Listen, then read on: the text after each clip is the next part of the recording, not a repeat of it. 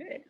Hello, everybody. Welcome to the limited debate between the College Republicans and Young Americans for Liberty. Thank you all for coming tonight. I'm super excited. I think it's going to be really fun, and we're going to have an interesting discussion. So I'm just going to go through and introduce our debaters. Actually, I'm going to let them introduce themselves. So College Republicans, you want to go first? Hello, my name is Eli Kendra. I'm currently part of the College Republicans. I will be arguing for them tonight. Hello, my name is Jason Spinagle. Can you hear me? Someone in the chat said a good deal. Jason Spinagle, I'm the president of College Republicans, and I'm going to be our second debater. Probably. Strategic partnership. Lexicon. All right. Thank you very much. And then Young Americans for Liberty. You probably use the phrase. Hi, I'm Ben Lip, and I'm representing Yale tonight. Mutual benefit. Hi, I'm Raja.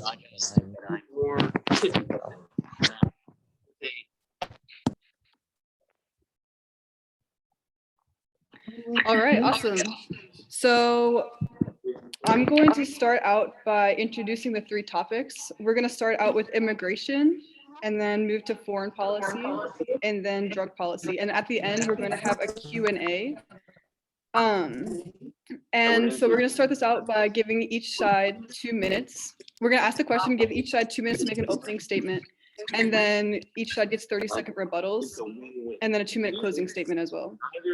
And they also will both have 2 time cards, which will give them a 30-second extension on whatever they choose to use it. And at the Q&A, this is going to be an audience-led Q&A, so I'll be dropping the link to a Google form where you guys can, throughout the debate at any point, make or submit a question that we'll read at the end, and then each side will have 2 minutes to answer the question. So yeah, you're encouraged to ask any type of question throughout the debate as long as it's pertaining to the debate. I'll also be putting a sign-in sheet in the chat, and you're encouraged to use that as well. We would just really appreciate that. So without further ado, I think we'll get started with the first question. Phoebe? Yeah.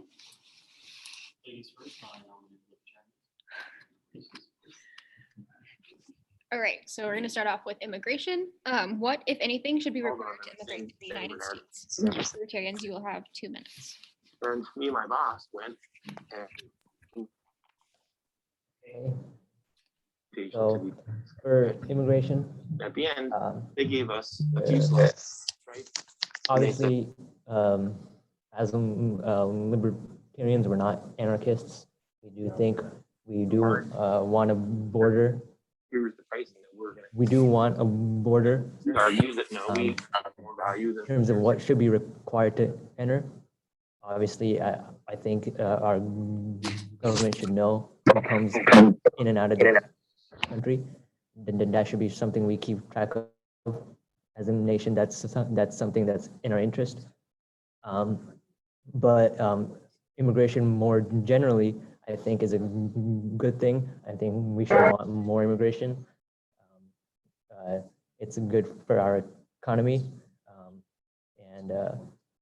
In general, I think it is a good and helpful thing that we shouldn't be discouraging.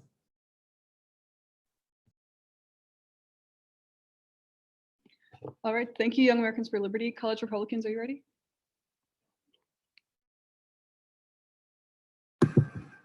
All right, can everybody hear me? Perfect.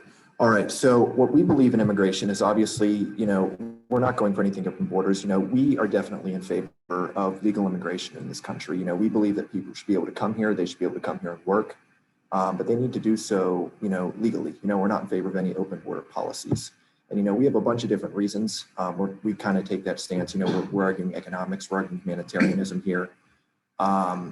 But I think there are a lot of different reasons people do immigrate to the United States. And one of them is that we, are a relatively free and fair country. We have a booming economy, and people want to come here. They want opportunities to work, and they want opportunities for a better life. So we definitely think that you should be able to do that. But, when we're talking, some of the hot button immigration topics these days are political asylum, economic migration, all of these things bring up, very different contexts. And I think all these things need to be taken into account when people are coming into our country.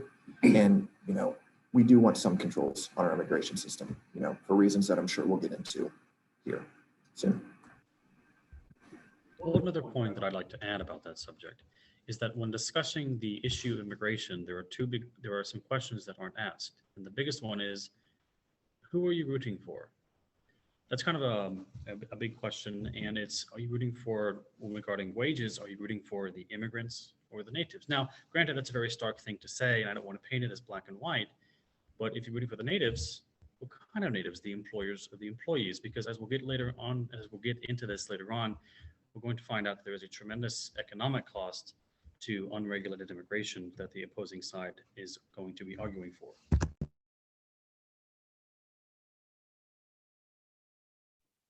All right, thank you, College Republicans. And now we're going to get into our rebuttal phase, and each side is going to have 30 seconds.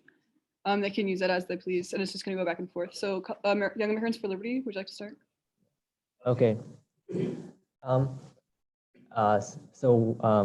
We're definitely for making sure who's coming in the country. Immigration should be done legally. That's not something we're arguing against. What we're saying is that we should want more legal immigration. We shouldn't want unskilled immigration. We should allow employers to bring in workers they want on work visas. I think this is a good thing. I'll just go. I think it's generally a good thing.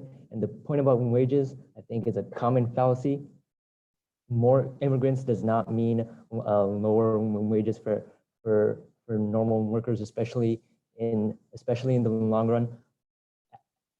Wages in the economy are dependent on how much output there is in the economy. They don't fall because you have more workers. More workers in the US will mean we get more output, more competition, and longer wages in the long run. I'll respond to that quickly. These estimates seem to, as the Harvard economist Jorge Boris has noted, when it comes to immigration, quote, these estimates regarding wages and what have you depends quite often on, quote, many assumptions built into a hypothetical economy. Nevertheless, it is important to understand that it is mathematically impossible to say that there is no effect to a large number of immigration surplus. It's true that there is a mild benefit overall to the economy. It's about $50 billion annually. Yet at the same time, in the context of a $19, $20 trillion economy. And what is found is that the annual wage suppression is about $500 billion a year. Sorry about that. Apologies.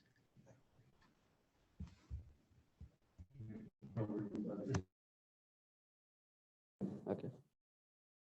The point about wages rising as you get more immigration and more output is not based on any wild assumption.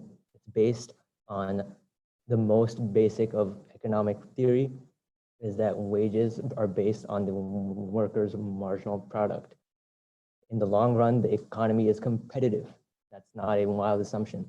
So in the long run, wages rise as they produce more output. There's no wild assumptions in here.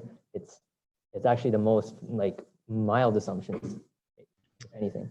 Okay, for starters, you're correct about that there has been an increase of output. A lot of that has been due to automation, but wages have been flat since the 1970s. Yes, they have. Wages in relation to inflation have been flat since the 1970s. And of course, it was in the 1970s when immigration began to dramatically increase. It's been a long time coming, but it simply isn't true. To say that when you have more of something, that the value of it goes up is not the case. Diamonds are expensive. Dirt is cheap. And I'd like to know what empirical data you have. Well, in this case, I don't need any empirical data to make the point because it's basic economic theory. If it wasn't true, then it wouldn't be economic theory because Okay. it's very surface level. I'm so sorry, my apologies. Yeah. So in this case, I don't need any wild empirical evidence because it is a baseline economic theory. It's true if almost all the time. The second point about wages being flatlined, in the 70s is a common myth. It is not true. Yeah. It's a common myth. It's not true. Wages have not flatlined in the 70s. That study is from the EPI, and the way they did that study was they compared hourly wages, but they didn't include any other form of wage compensation. When they graphed inflation and they graphed hourly wages, they used different deflators. If you include all wage compensation and you use the proper deflators on both of the productivity and wage lines, there's actually no gap at all. Adjusted for inflation, what was the average wage of a person in the US in 1960? You know what it was? $38,000. You know what it is now?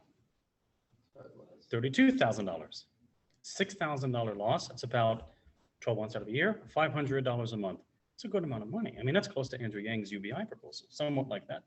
And so the point being is that to simply argue that the wages don't affect it, I think is a big fallacy. Even Benjamin Franklin in his 1754 essay on the 1754 essay on the observations of concerning the increase of mankind made note that more people leads to wage suppression. Yeah, well, I think I'll start going back towards like actual limitations on immigration policy. Like, as I understand right now, we kind of limit, or like we give preference to people who have higher levels of education or who do, who create more value in the economy. And maybe it would be more beneficial to move towards a more open immigration system in the sense that we do accept unskilled labor, although I think there are limitations that could be discussed regarding things like the welfare state and minimum wage.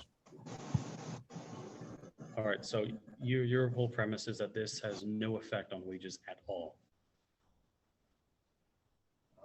If that's the case, In the long run.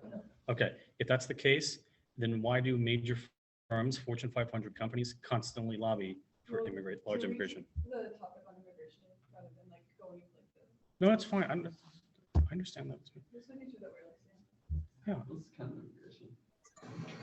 Instead of like wages, it's like move back to like regulations. Oh,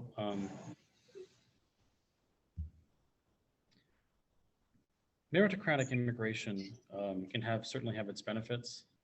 The one big issue, again, is wage suppression. The average income of an H-1B visa recipient is only about like $40,000, even though the average person who works in the Silicon Valley that is not imported makes around 80,000 to 90,000, almost close to six figures.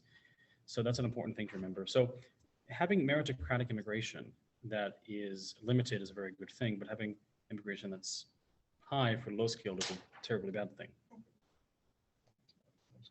Yeah.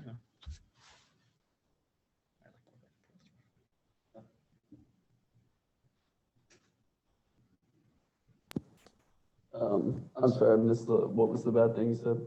The bad thing is that it's very regressive and it disproportionately affects those in the bottom half of the economy. Oh, yeah, I see.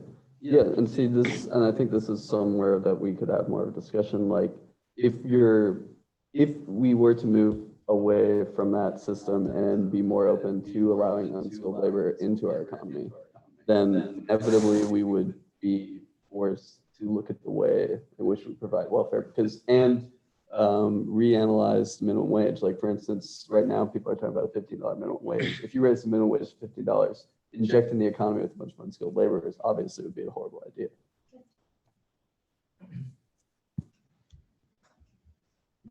We're gonna move into closing statements now.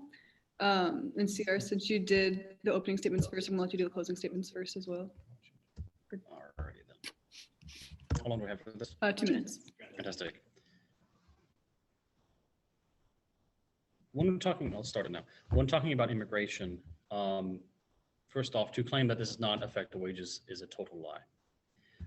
If it really did not affect wages, then large companies would not lobby Congress consistently to be able to have more immigration in order to suppress wages, obviously. Furthermore, there are negative effects on the cost of housing. You dump people into many of our cities, the cost of housing skyrockets. that has a very negative effect on people's standard of living.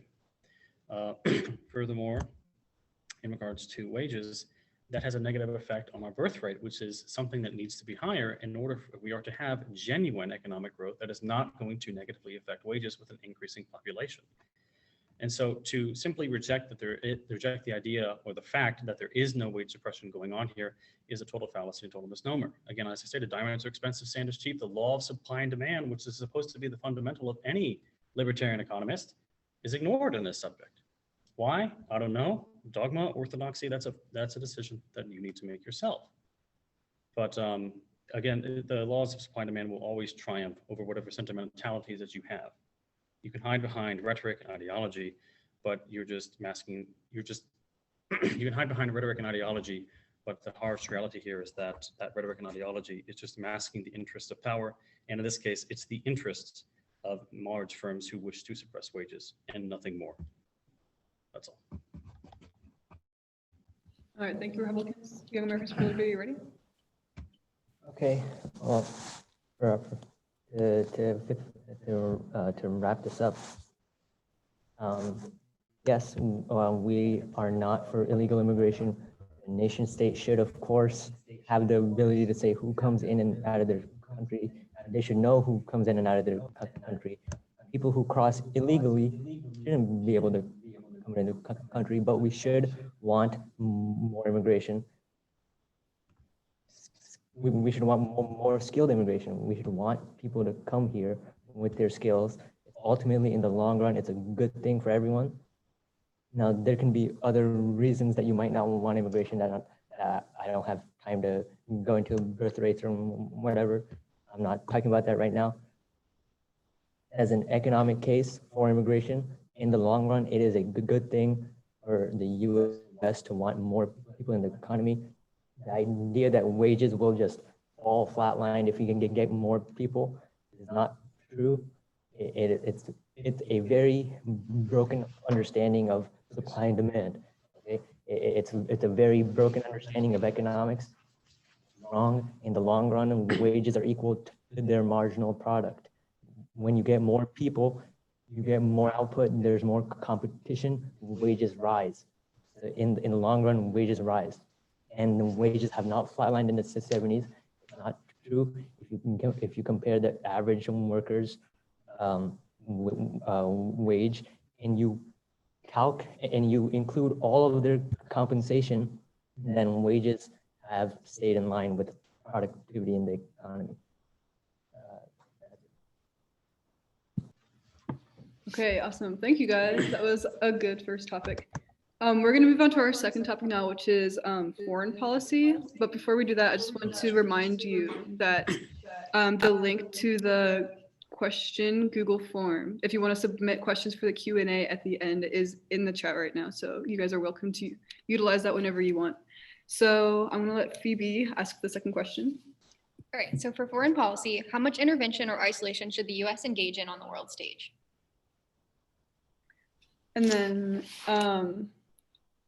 Young Americans for Liberty, would you like to go first on this one? Oh, we're going first again. Did you go first last time? Yeah. Okay, College Republicans, would you like to go first this time? Sure.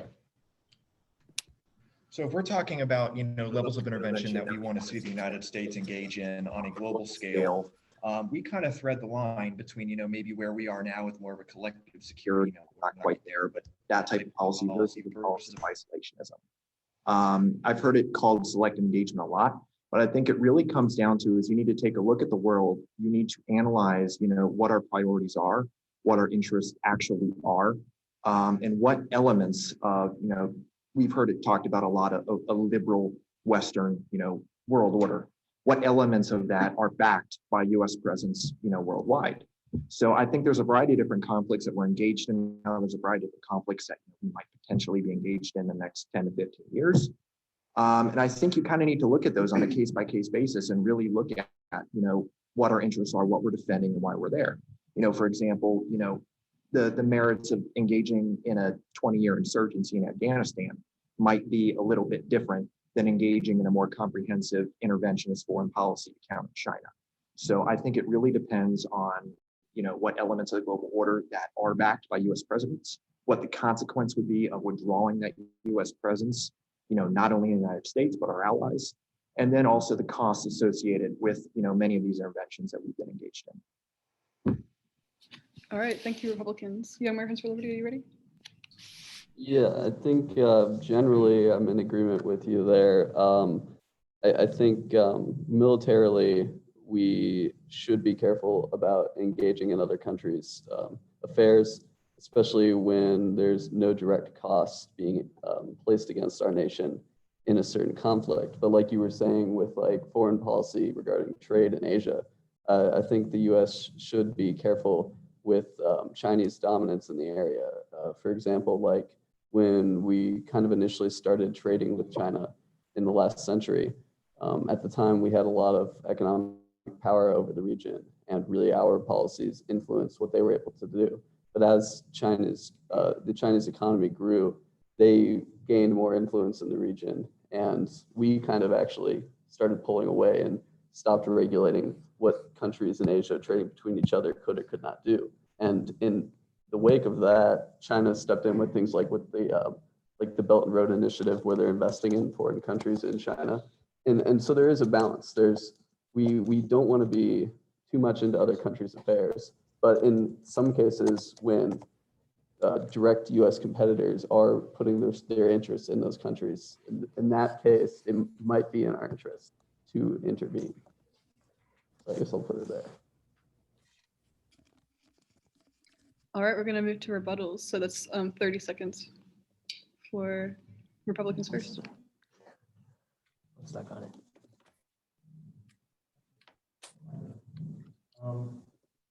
Quick question for you. Do you like support pulling out automatically or like over Militarily, time? Yeah. I personally would support pulling out over time. Yeah, I totally get it. All right, so welcome to the great agreement on foreign policy. All right. I think it's I think interesting it's interesting right I'll right reply now. after he's done. I think it's interesting right now. You look at, this was less so maybe a foreign policy issue, but the carrier ship that was stuck in the Suez Canal. Obviously, that Obviously, created a backlog of ships down the Red Sea. It's interesting Interesting. that a lot of these major trading companies were reaching out to the U.S. Defense Department and the U.S. Navy for military support and countering Somalian pirates. So elements of that is kind of what we're talking about with international backwater.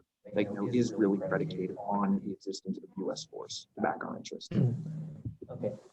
Well, I'll say one thing is that when you think about the libertarian position of pulling out everywhere or ending the wars, it's often painted as isolationist. Obviously, that is another one of the biggest myths of libertarianism that's ever shred. It's a complete misleading of a word. What we want to do is we don't want to be trying to. Oh, I already used I only used one so far. I used two. I forgot. I didn't know. You can go. I mean, I definitely think you guys have a Point that you need to calculate costs and benefits, versus different different heaters that we're intervening in. I feel like we just keep agreeing with each other over here. Maybe to try and steer this in a little bit more of a directed way. What's your guys' opinion on Iran? That's a major foreign policy issue right now that was very hotly debated during the Trump administration. Yeah, we were disagreeing on it. Yeah. So I'll let him answer.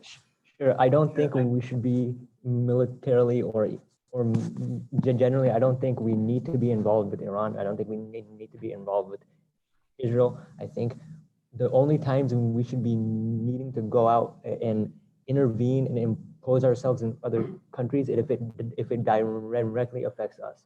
What we shouldn't be doing, taking actions in the context of China or North Korea is one thing. Taking action like selling arms to Saudi Arabia and then them killing people in Yemen, all this stuff is what we don't need to be doing right now. Okay, on the issue regarding the issue of Saudi Arabia, Certainly, the alliance with Saudi Arabia isn't necessarily the best one to have, but the issue regarding the Middle East is one not over morals; it's over supply chains, particularly the supply chains of oil, which is the lifeblood of the global economy. If you were to simply pull out all at once, supply chains would collapse, and it would be absolutely devastating. An important thing to remember is that according to the United Nations Maritime Study in 2018, about 80% of all global trade is done through sea lanes, and somebody has to keep those open. Okay. I'll say one thing. Okay. What we don't want to be doing is cutting off trade between countries. We don't want to isolate ourselves.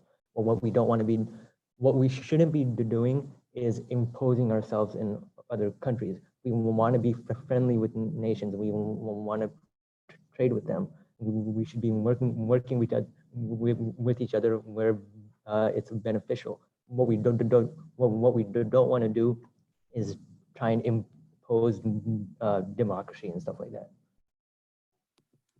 So I definitely agree that, our policy of essentially exporting democracy has, failed in most areas that we've tried to do that. But while I'm not necessarily in favor of large-scale military interventions where we don't strictly need to do them, there is value in maintaining a presence in these regions like the Middle East. Just for, you see right now that, as we kind of pull out of the Middle East, you see Turkey, which is a NATO ally, in many ways has closer military cooperation than Russia than us. So there is a value in defending that our key interests and elements of our international order by maintaining a military presence, in these contested regions. Yeah, and this isn't, well, like I was saying, we kind of disagree with that right earlier, but this is where it gets complicated, just to comment more on the cost benefit analysis side of things. Like Iran, for example, and the military actions taken against them. Iran was hampering world trade. They were getting in the way of free trade. They weren't, us doing a military action against them was an effort in order to reestablish free trade. But that being said, maybe we could go into a discussion whether or not military action or economic sanctions are more valuable. Maybe I could pose that question to you guys. That's not against the rules. So are you talking specifically in countering Iran? Yeah. So I think one of the key things that's often missed in the conversation with Iran is the consequences if we would do nothing. And just, I've heard the argument many times, just let them get nukes. The problem is right now that you have, the Saudi Arabia, the Gulf states, enjoy the protection that is offered by our nuclear umbrella in the Middle East. So if we would just do nothing, and we can have the conversation whether military or economic sanctions are better. The problem is that you're going to have arms race in the Middle East. You're going to have attempts, to block the Persian Gulf. A strategy in place to counter Iran, even if it does include military action. I'll go on. Beneficial. To preface, unfortunately, this isn't something I know that well from the top of my head, but I will say this: how dangerous is it really if Iran gets nuclear weapons? I would think that it's actually, if everyone has nuclear weapons, then there's actually a less chance we get violence because everyone is trying not to use their nuclear weapons.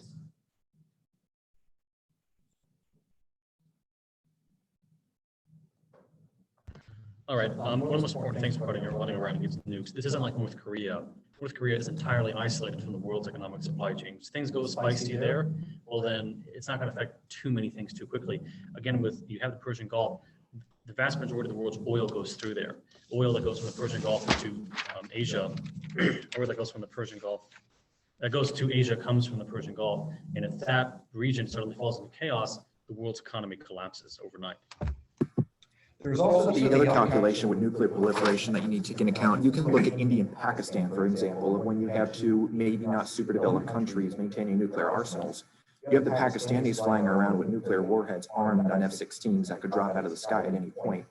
The risk for miscalculation and potential accidents increases exponentially if you would withdraw from the Middle East, let Iran get nukes, withdraw our protection from Saudi Arabia. Saudi Arabians don't have a nuclear program, but they're pissed off and they have a lot of money. You can go really far with that. So I think there are other variables that you need to take in consideration if we're just going to say, give everybody nukes and hope, nothing explodes. Yes, That's it for me. Well, okay, I was going to add to Raj's point he made last time about universal nuclear power kind of going away from violence. And like North Korea is a good example.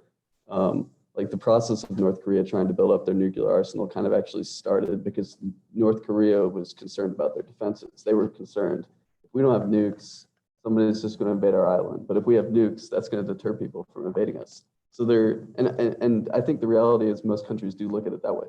Now, the whole question of people being irresponsible with maintaining their nuclear arsenal, yeah, that's a whole nother debate. I think we should end it there.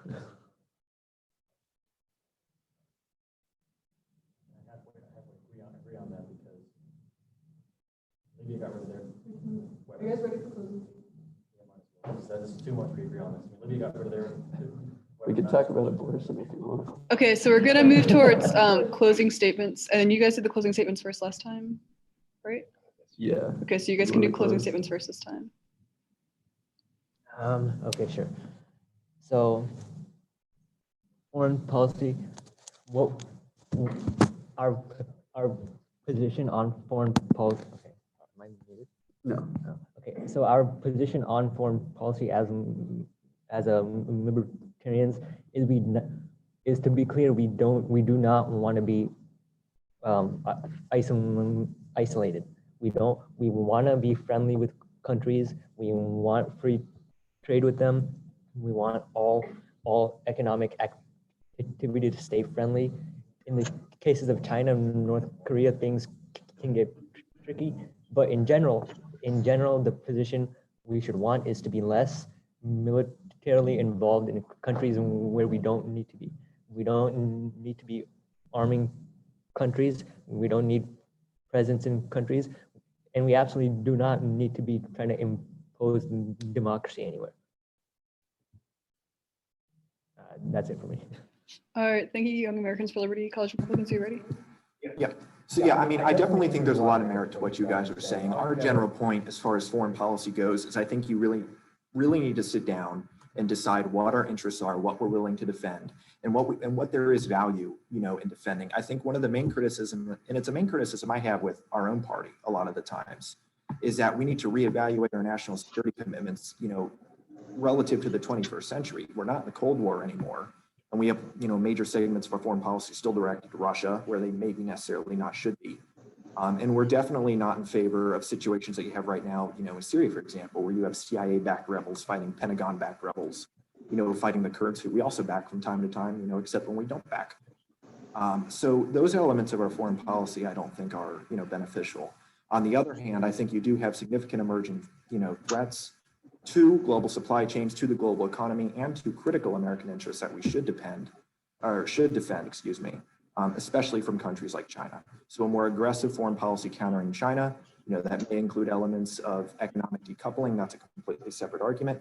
And that includes, maintaining the Western-backed, liberal world order that we have built since the end of the Cold War, and enticing countries to remain more closely tied economically, politically, and militarily with us, and countering efforts by China to expand, their political, economic, and military control.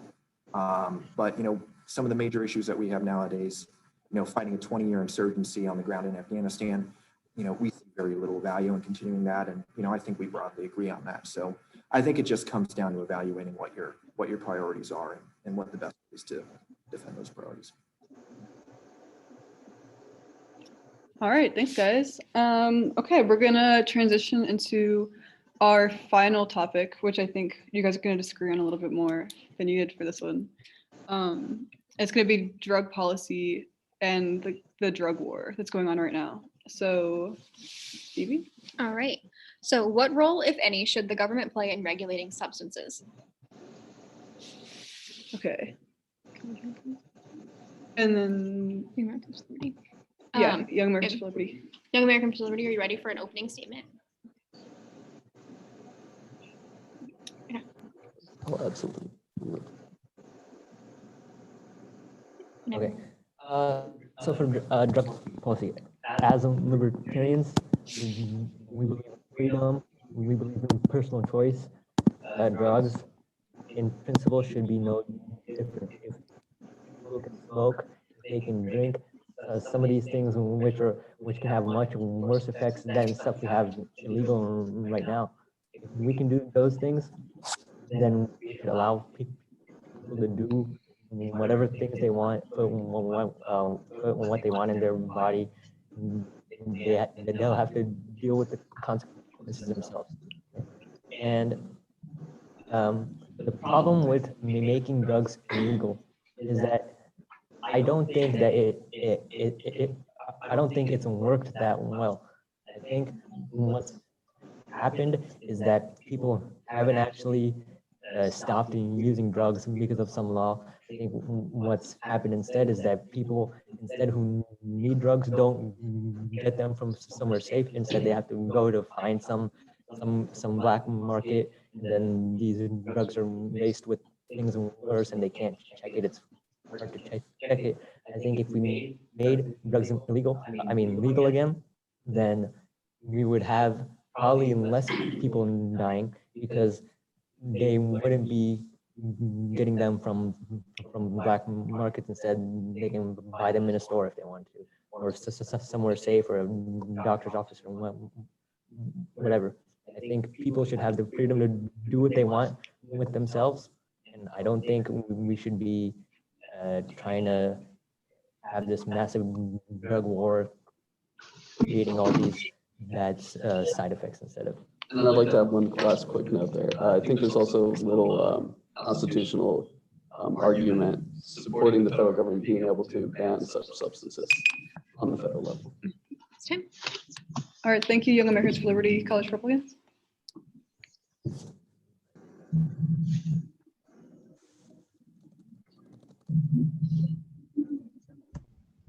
Regarding drugs, one of the most important things too that we want to distinguish is the fact that we're talking more so about hard drugs than we are sort of about soft ones per se.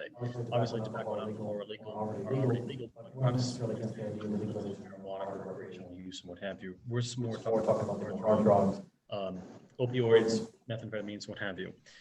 One of the most important things about drugs is that quite often they're very popularized.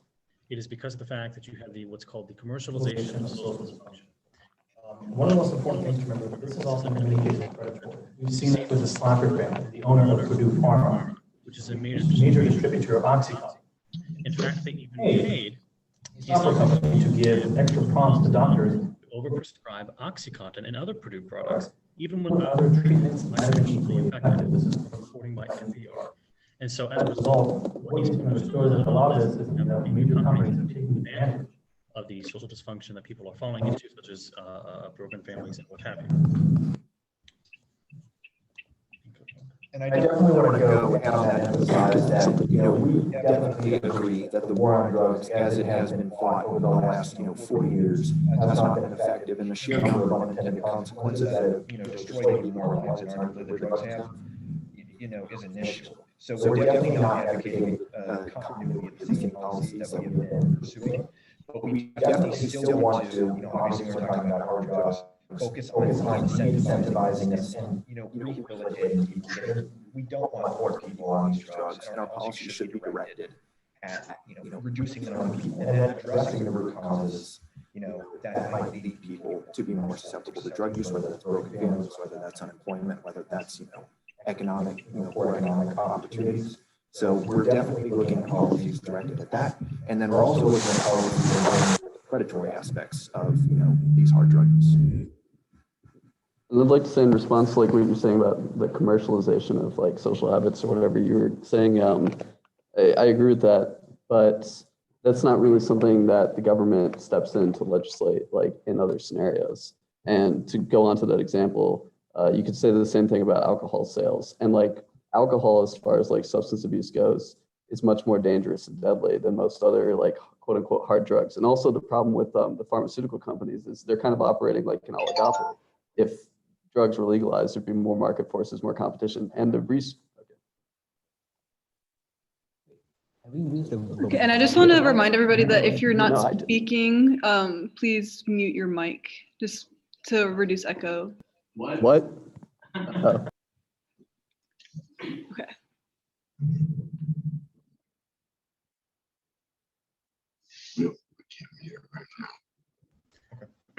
The issue of the commercialization of social dysfunction, I don't necessarily see how it's a fabulous, granted I'm coming from a moral perspective, I don't necessarily see how it's such a bad thing, or if it's maybe unconstitutional if you're going that route, as to why the federal government should be, or whether the federal government or the state governments engaging in preventative measures to stop people from becoming so socially deprived that they do turn to drugs to try to act as a form of escapism. You want to go? Yeah, well, I was gonna say, I mean, that's what I'm saying, that the same argument could be made about alcohol, and in which case we should be regulating that because that's largely more detrimental than other drug uses. And generally the studies show they really kind of go both ways on this question of, does drug legalization increase drug use? And really it's inconclusive, but essentially drug use isn't dependent upon legalization. So it's not like if you legalize it, all of a sudden more people are going to be turning to hard drugs. But we would be able to regulate them. They would be able to be sold above the board, so people would know what they're paying for, et cetera. So I am going to say there are Definitely examples worldwide. I think Portugal is one of them. Switzerland is another one where, legalization and decriminalization of drugs has had a positive effect on drug use. What we definitely want to advocate for, though, is we definitely still want to be pursuing policies that get people off drugs and reduce the number of people turning to them and using them. One of the key, traditional logics behind the war on drug is if you go after the supply, you're going to get rid of the problem. The problem is what we're doing, cutting supply, we're making it more lucrative to engage in drugs. We're not doing anything about demand. And that's why you have 17,000 different cartels right now in Mexico. So what we do think that we should be pursuing are policies aimed at addressing some of the root causes of drug use. Statistically, it has been shown that unemployment does, at least correlate with increased drug use. So we definitely want to be pursuing policies. Oregon, for example, just decriminalize drugs, but they are still fining people for possession, and you will still go to jail if you have, massive amounts of drugs with intent to distribute. So they're, maybe shifting criminalization off of the user, more on the distributor, but policies like that.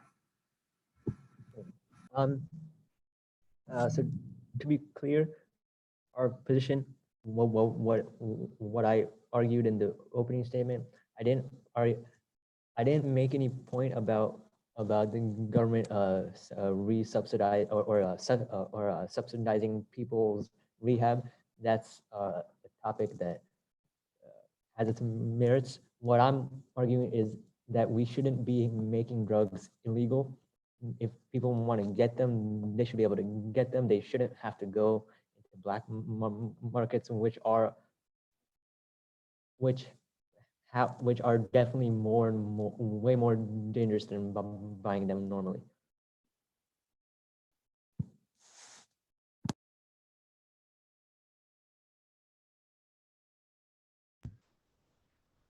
Again, going to the root, again, the issue of drug use isn't necessarily, going back to what my partner said here, is that it's a symptom of a bigger problem. It's not something that you should necessarily put aside and say, oh, we'll just legalize it and people can go use drugs at a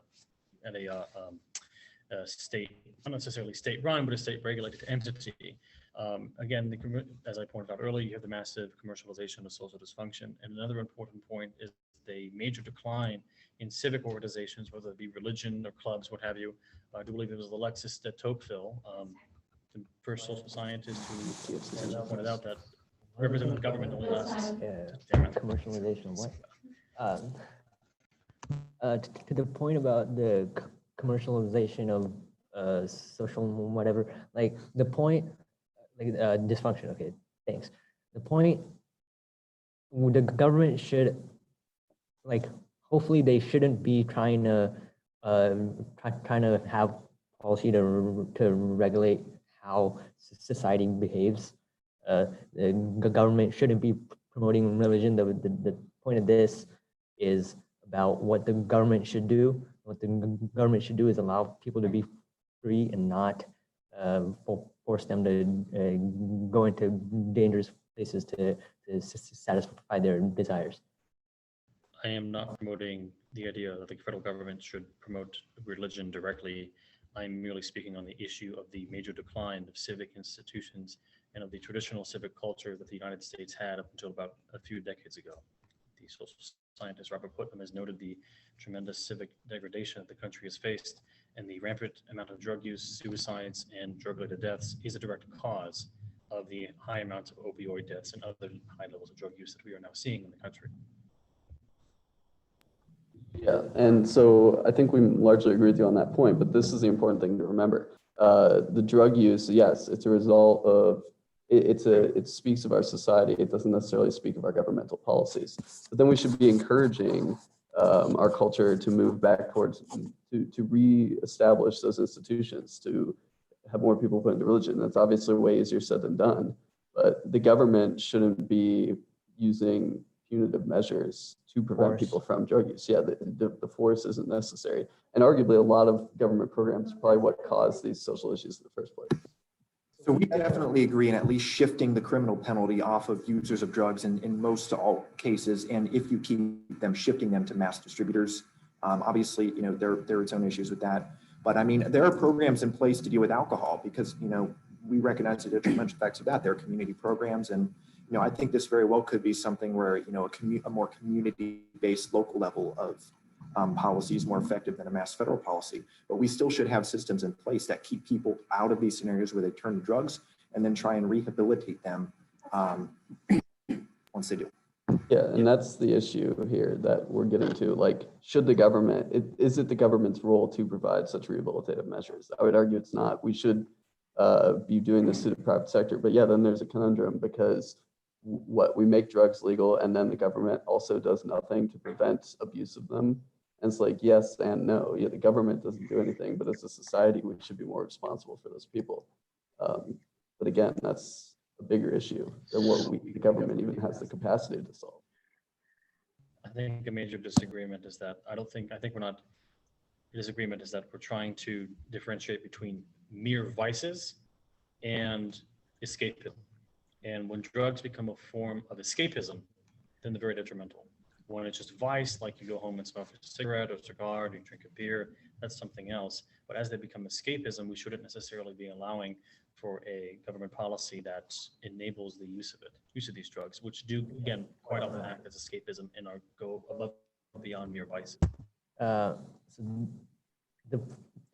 to be clear, when you don't have drug laws, this isn't a government policy. This is a lack of a government policy.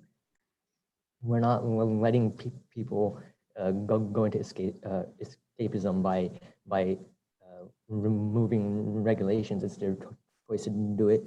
To describe the lack of a law as the government's own policy is a perversion of the position.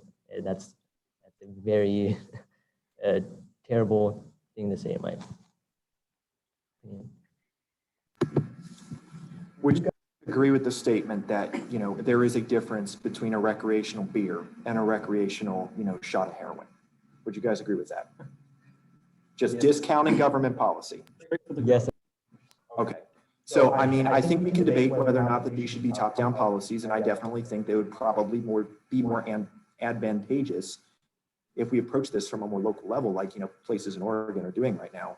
But we definitely believe that even if you do go the route of decriminalization or even legalization, we should still have some effort in place to steer people away from these things. You know, we don't believe you should be able to walk in Walgreens and buy heroin.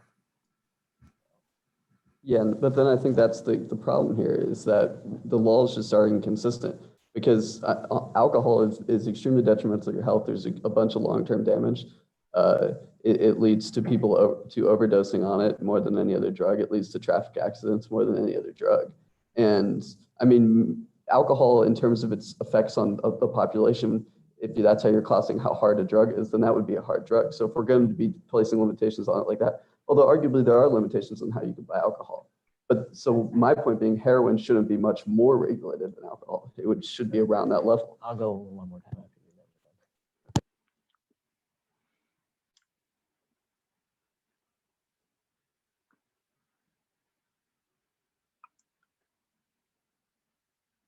It's just that again, I personally do believe you're going that route. I do believe that you're falsely equating alcohol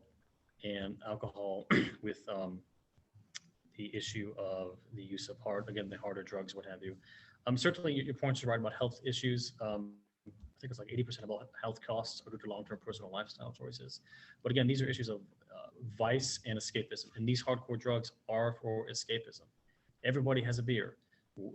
People who are better off are much less likely to use heroin, the people who are much worse off. Okay. To make my final point, I think the biggest disregarding like the common drugs like alcohol, weed, whatever, hard drugs, the biggest reason they should be legal or decriminalized at the very least is the secondary effect these laws have. Instead of people doing shots in the bathroom or getting drugs from like some black market in some dangerous area, which by the way is why we get a lot of gun violence in the US. Instead of having that, they can, if someone's addicted, they can go to a safe injection site. They can get it from a safe place.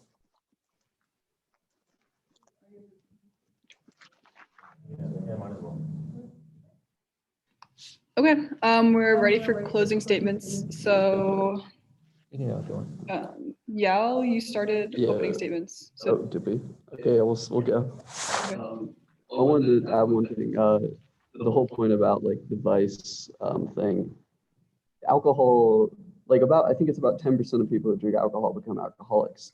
So yeah, there's some people that just have a beer, but there's millions of people who abuse alcohol to the point where it's like a heroin user, to the fact that their life is debilitated to the same degree of a heroin user. So I think that it's completely unreasonable that we can purchase alcohol, this dangerous substance, and all other substances are limited in the economy because of the government. And this also ties into the drug companies like oligopoly on selling these addictive substances, which that's something we should move away from. We don't want these people to just be profiting off of people's addictions. It should be more of a market force. Do you want to add anything? Yeah, we have time still. Right. So I mean, ultimately, I think we want, in terms of drug policies, we don't want policy that has these terrible secondary effects. Why are we forcing people with addictions to go into black markets, get shot, and get laced in drugs? Why are we putting them in cages? Like this doesn't make any sense. We should want freedom. If people should have the freedom to do what they want with their bodies, whether it's escapism or whatever, the government should not be trying to steer our escapism in any direction. All they should be doing is very bare minimum things, and one of those things is not telling us what we put in our bodies. Your point on the issue of alcohol, that 10% of alcohol users tend to become alcoholics. And it's true that at this current time, there are more people drinking alcohol than there are taking hard drugs. But if you legalized hard drugs, and you're going to have a lot more people using them. And of course, the percentage, I don't have the exact numbers off the top of my head, but the percentage of those using those hard drugs are vastly more likely to become heavily addicted than those using alcohol. If you legalize these drugs, these hardcore drugs, not marijuana, tobacco, and whatnot, if you legalize those hardcore drugs, because they have a higher percentage of people who become terribly addicted to them, you're going to have more people that fall into this, what is very much a real escapism. That's what this is. And as a result, you're going to end up causing more detrimental situations for people who are already at the lower rungs of society. What I'm just going to add on to that is, you mentioned that 10% of the people who drink alcohol eventually become alcoholics. And, as far as I'm aware, that is a true statistic. We also view that as a problem. We have policies in place to counter that and then rehabilitate the people who, are into that and want to be rehabilitated. So, I mean, I definitely think that we agree that the traditional, purely supply side assault on drugs coming into our country, that has been the war on drugs for 40 years, has not worked. And, I think we believe that we need to have policies in place to rehabilitate people and shift punitive consequences away from, end users of, these drugs. I think we disagree on who should be providing that, but, that is the basis of our argument. Okay, awesome. Both sides, thank you so much. Those are our 3 topics, but we're going to do the Q&A in just a second. I'm going to let you guys in the audience submit questions right now. Any last second questions you guys might have. Doesn't necessarily have to pertain to the 3 topics that we discussed, but yeah, so anything that you guys might be interested on, and then we'll come back in about 5 minutes and then start with the Q&A section.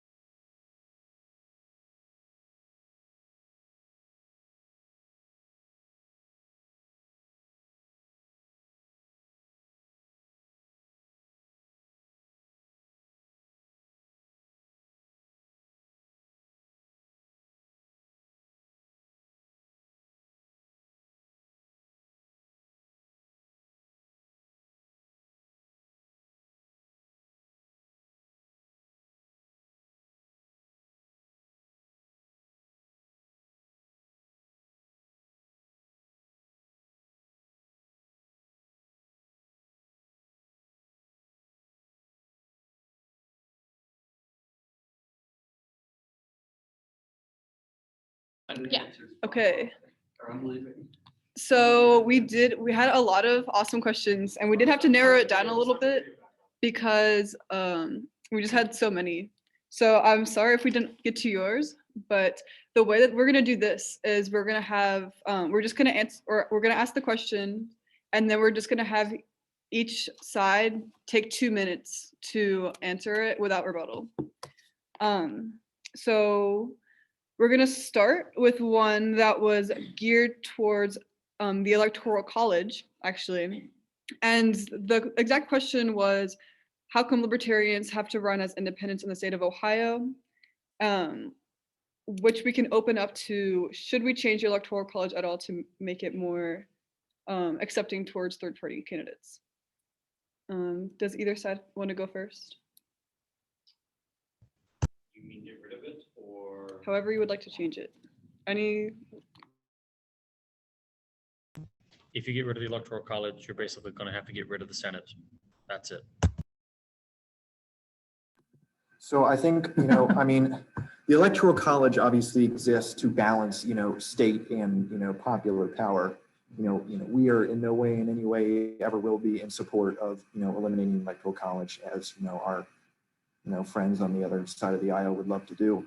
I mean, the problem is not this aisle, the other aisle, the worst aisle. The problem is that, you'd have 4 cities electing the president every single time. So, I mean, I think it's a slightly different conversation that our system is set up to make it nearly impossible for third-party candidates to win. And, there's the practical, element of, any diversion, say Republican Party and Patriot Party, for example, that was, in the discussion a couple months ago, is going to split votes and just hand the election to the other side. So the system is definitely set up to favor unity. And, I don't have an answer right now on how to fix that, but, the Electoral College needs to remain. Okay, getting rid of the Electoral College, in this case, I think we both completely agree. You'll have the biggest cities controlling the elections, but in general, as libertarians, I don't want 60 million people deciding what 60 million other people do. And this is just going to make that problem worse. We should want governance to be as decentralized as possible, and making it so that there's no electoral college, so that 60 million people all decide what everyone else does is definitely something we don't want. And is also something I don't think anyone should want. We should want people at the local level deciding what their government should do, and the closer we can get to that, the better. The Electoral College, obviously, it's expanded into states, but it's obviously not as bad as one central. Everyone votes and the popular vote wins. That's what I think on it. You have anything to say? Yeah, it's not majority rules. That's a bad thing. Okay, thank you. We'll move on to our second one. Phoebe, if you want to ask it. Can I jump in So on our second question I can is, answer what my is your question. opinion on the stimulus bill passed by the Biden administration? Young American Stability, would you like to start? You have an opinion? Okay, well, I think that the federal government has no role in stimulating the economy because of COVID. I mean, some people make the argument that the government put a cost on people, and therefore they owe us money. But first of all, like, most restrictions on the economy were done at the state level. And if anything, it should be those states in which put the most restrictions on businesses that should be paying people back, if you're using that argument. Secondly, you have some stuff to add, go ahead. No, you can finish what you're saying. Okay. Yeah, I think most of the money is not even going to consumers. The bill's been being misused to pay off individual debts of individual states who haven't been managing their finances responsibly. And just in general, it's a total overreach of the federal government to pass such an expansive bill. Okay, well, I'll say this in this case, I disagree with him. I think that we should have, this case, I do think we should have some form of, it shouldn't even be called a stimulus. We locked everyone down. We didn't allow them to do business. we should compensate those people for that. Obviously, there's no exact science to know how much exactly they lost and to compensate exactly for that. But it's not perfect, but we know we did something like this. We locked them down. We didn't allow them to earn an income. So we should compensate them for that. Now, of course, you can argue, should it happen at the federal level, the state level? But in this case, I think it's important that we compensate all of the big businesses we shut down, and probably just printing the money is probably one of the least bad ways to do it.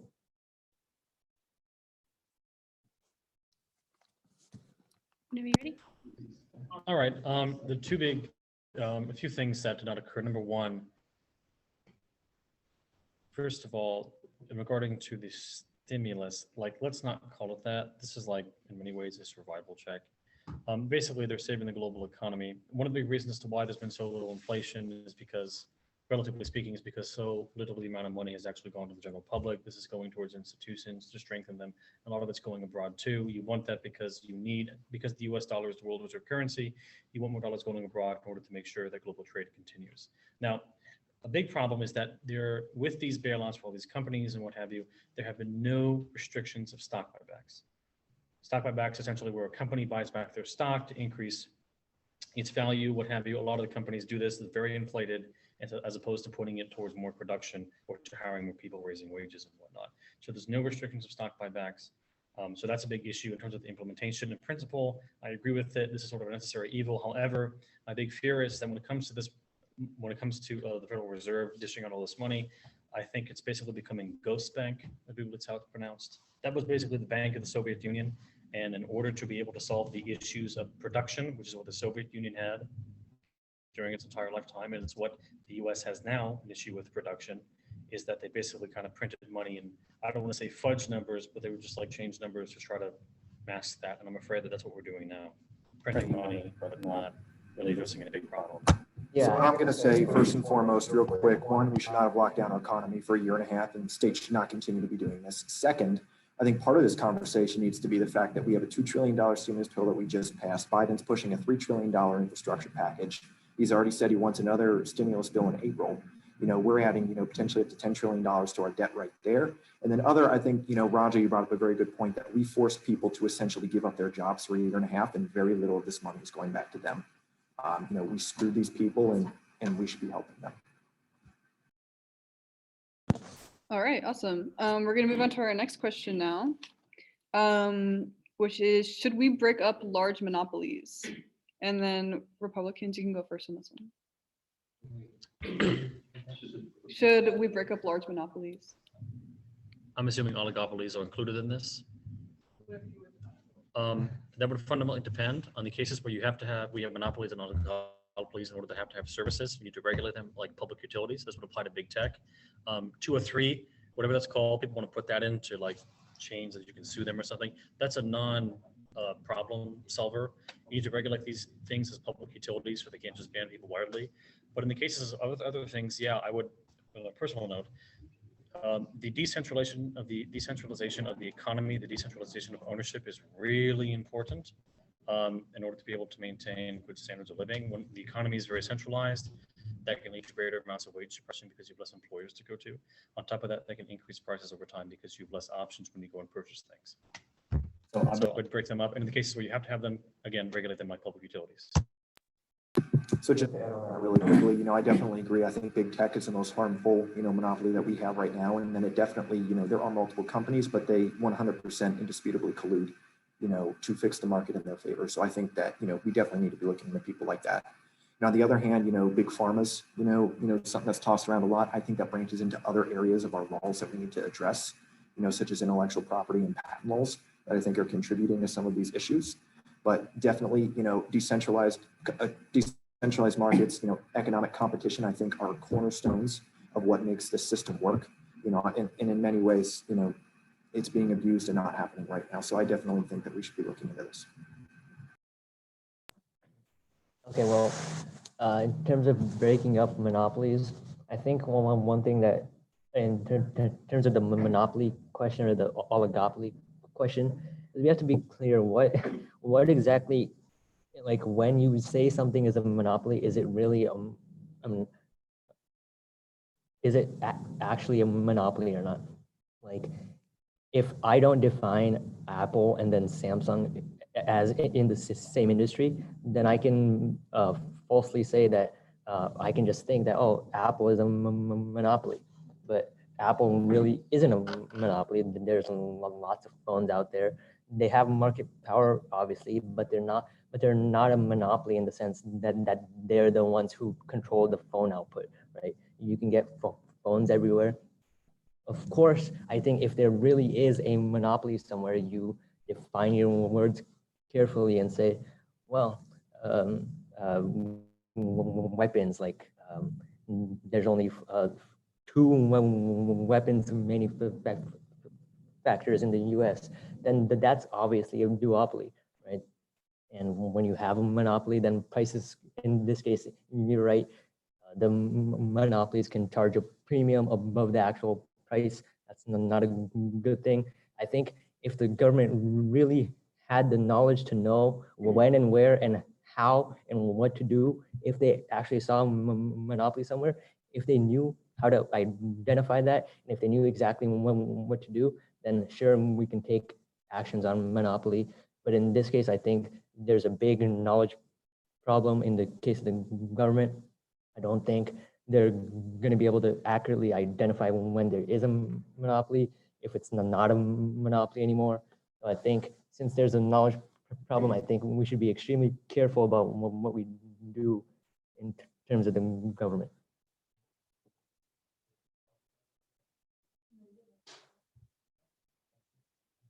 Okay, thank you, everybody. So our next one is actually just for the college Republicans. So we'll give them 2 minutes to answer. Oh, yeah. Okay, so the question for you guys is, the prohibition didn't work in the 1920s with alcohol. Why do you think it will work now with drugs?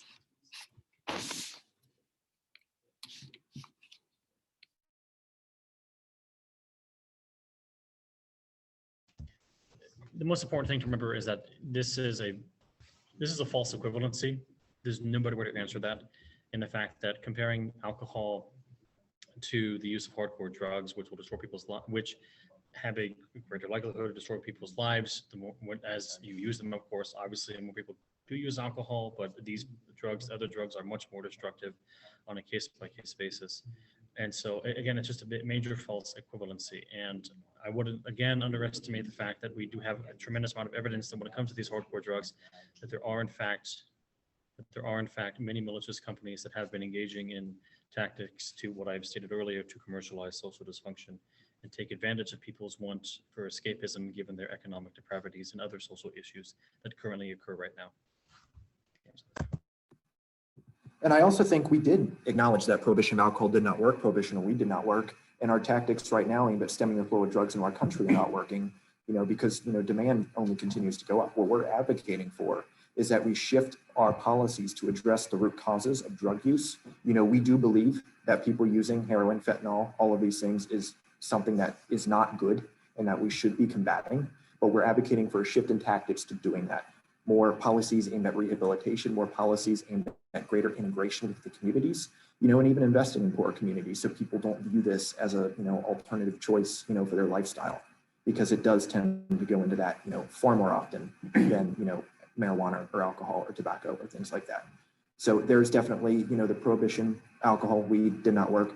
The prohibition, de facto of, hard drugs has not worked. We're advocating for a shift in tactics. It's not, total, the way we've been doing it. Okay, thank you. Okay, so the next one is about the Patriot Act, and it is, should the Patriot Act exist, and how do you feel about spying on citizens of the United States? And Young Americans for Liberty, you guys can go first for this one. Sure, I mean, my basic position on this is no, it shouldn't exist. I think it's a huge invasion of privacy, a huge invasion of our liberties, and it definitely should not exist. That's all I Yeah, have to it say on wouldn't that. be called the Patriot Act if they weren't afraid of people looking into it. Everybody should be suspicious of things named in such a way. But yeah, I think there's definitely, it's definitely overreach from our government. And as far as like tapping into digital communications, I mean, with like our biggest geopolitical threat being China, and that's something that that country has perfected and shows exactly the scale to which a government can abuse that power, I think should make us all wary of allowing the government to have such control. So I'm probably going to get some flack for saying this right off the bat, but I think the National Security Agency, programs like this, they do have definite, advantages and purposes for existing for national security purposes, especially when you're looking at applications like the war on terror. The problem is all of these programs and anything that enables domestic surveillance is going to be abused. So there need to be checks and balances. There need to be tight regulations in place to prevent this from happening. The Fisa courts, for example, that was a huge thing in the news, a couple of years ago with the Obama administration getting a Fisa warrant on the Trump campaign. There's definitely an argument to be saying that Fisa warrants should not be, enacted on U.S. citizens. This was designed to, be a tool of foreign surveillance. And, I personally believe that it should remain there. And then you can even look, on, some of our intelligence agencies like the CIA. Their charter does not allow them to operate domestically, and yet they do. So I think issues like this, areas where clear breach of charter, clear breach of existing regulation need to be identified and dealt with. And I do think in, relation to things like the Patriot Act, the NSA, we need to be more tightly scrutinizing these organizations, making sure they're being used for their purpose, and there is a purpose. But, and it's hard to do. But there needs to be systems in place that these are not being abused. You should not be able to look at, specific emails on anybody's phone. You need to go back to what the purpose of these organizations are, the ways that they're violating those purposes, and then enacting regulations to more tightly control them. All right, awesome. And then we have one question left. And that's in regard to the defense budget. And it is, should we change the amount of money that we put in the defense budget? Republicans, you guys can start on this one. One of the most important things to consider about the defense budget and to why it's gotten so big is because of the fact that it employs a tremendous amount of people. If you were to hypothetically cut out, let's say, I don't know, $250 billion, you're going to lose a lot of money. A lot of communities are going to lose money in terms of employment. I do believe that in the state of Connecticut, there are, I forget the exact numbers, but it's tens of thousands of people who are directly employed, either indirectly or directly by companies for the military industrial complex. And if they were to suddenly lose their jobs, then that means that several tens of thousands more people in the state of Connecticut lose their jobs. So if you're going to transfer money away from the military industrial complex, you should do it on a gradual basis. Now, of course, there's a lot of pork in that, but also at the same time, you also need to take into account that you want to have a good amount, you want to have a tremendous advantage when it comes to our technological and military capabilities. So that's a very touchy issue. One of the things that really gets in the way of all of this is the fact that the military industrial complex is the most powerful lobby in the Senate, because every single state in the union has jobs that are tied to it. And so a mild reduction in it would be good, but a massive slashing would be detrimental to many people across the country. I think many of the problems that exist with the military budget as it stands are kind of inherent to the very existence of bureaucracy. Having a bureaucracy, and this is an element of political theory, in many ways inherently exerts upward pressure on budgets. I think one of the other major issues that I personally have with our military budget is the way it's being allocated. We have state-of-the-art battleships that are sitting off Maine, just picking up fishermen that we're not using and spending billions of dollars on. And in many other cases, relative to countries like China, we're falling behind in technology like aircraft carriers and drones and things in that nature. So I think, and that goes back to problems within the military itself. The Navy did not want submarines to be a thing because they wanted an emphasis on battleships. So it's both a matter of looking at the economic impact of reducing the budget and then also more maximizing the efficiency of the budget as it stands. Yeah, I think generally we should, if we're talking about reducing the defense budget, first and foremost, we should never be reducing the defense budget in order to spend that money elsewhere. If the defense budget were to be reduced, it should be along with a reduction in the entire federal budget. And yeah, I think that if we were going to cut costs, there's plenty of ways to do that. Like you were kind of pointing out, like more regulation on like special interests, being more effective, on behalf of the taxpayer on spending our money effectively. We should be focusing on putting our money towards innovation on technologies that protect our domestic land, as far as opposed to technologies that would be more useful in an offensive approach. Yeah, I'll just say that in general, having a budget for defending our actual border, that's, of course, we have to have that as a nation. We can't not have that as a nation. We can probably cut it a little bit, but we should definitely have a defensive budget. What should be massively cut is our quote unquote military budget. We should cut spending that goes that does nothing for Americans. We should cut spending that goes just abroad. Things of that nature should obviously be cut, and defense stuff should stay. And maybe it should be cut. That's something I don't have an opinion on right now.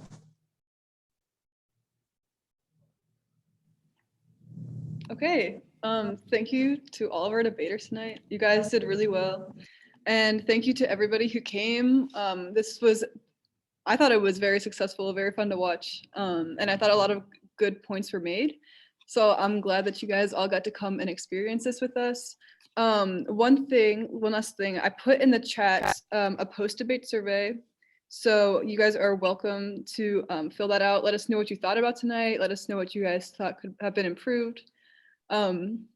But overall, I thought this went pretty smoothly and that I had a good time. So thank you all for coming out tonight. Have a great rest of your night. See you next time. Great job, guys.